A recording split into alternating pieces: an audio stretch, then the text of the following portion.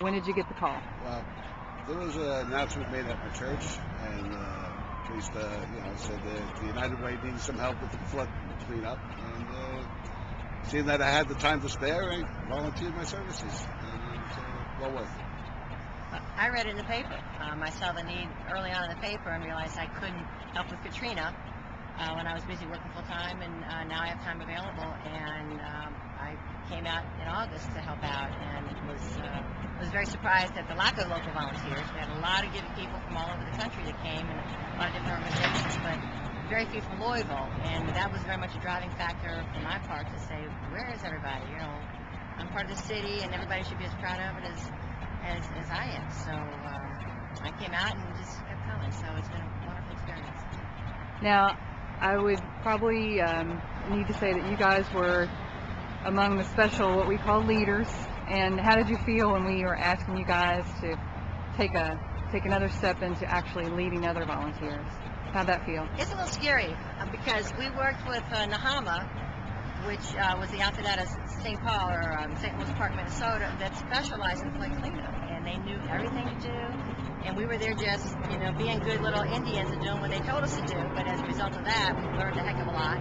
And when they left town, it left Louisville high and dry. So to be able to come forward and say, let's get some volunteers and clean up the rest was, everybody has to do their part. I was honored to be able to help. Like Michelle said, Nakama was actually a big factor in us learning how to be leaders. Picking up all the ideas and trades that they were showing us. It helped us out quite a bit. Tell me just a little bit about what you saw out there over the past 3 months. What did you see when you were out there?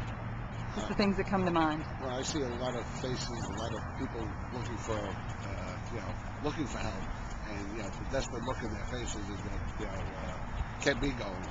And the appreciation afterwards. That was another factor that makes you want to do more. I never really thought about it. You give me goosebumps as you talk about it, because it's really when these people, when you leave after you've cleaned their house up or taken the, wet debris out of their house, they are just so grateful to realize they can get back into their home and move on with their lives. And some of these people were just in tears, and a lot of these people are elderly and don't have anyone, and it's just a wonderful thing. It's so fulfilling to be able to help them in any way you can. It's been a very wonderful experience. A lot of blessings being thrown at us afterwards.